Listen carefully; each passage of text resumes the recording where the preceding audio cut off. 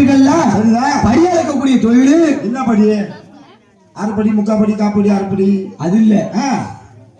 அந்த மாதிரி இருக்கக்கூடிய தொழில் எங்க அப்பாவுக்கு. உங்க அப்பாவுக்கு? இவங்க அப்பாவுக்கு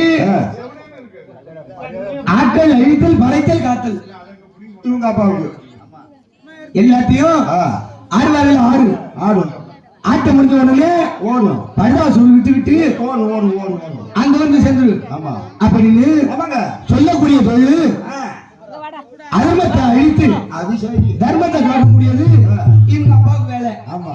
அப்படி உலகத்துல மும்மூர்த்தியா, அந்த மும்மூர்த்தியில 2 மூர்த்திக்கும் சண்டை வந்து போச்சு. இதான் வந்துச்சு. சண்டை வந்து போச்சு. என் காதுல என்னமோ வந்துச்சு. யுத்தம் வந்து போச்சு. சண்டை வந்துச்சு. அவன் 2 பேருக்கு சண்டை வந்து போச்சு. நீங்க அதே மாதிரி சொல்லுங்க. யுத்தம் வந்து போச்சு. அப்படி வந்தவனே அங்க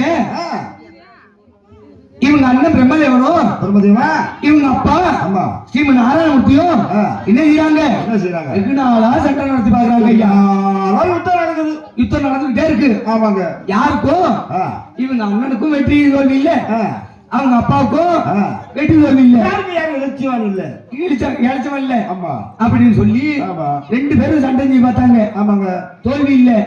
அப்படியே பார்த்தா இது யாரால முடிக்க முடியும் அப்படின்னு சொன்ன உடனே எங்க அப்பா உங்க அப்பா எங்க அப்பா தான் உங்க அப்பா தான் சிவபெருமானிடம் ஓடி வந்தாங்க.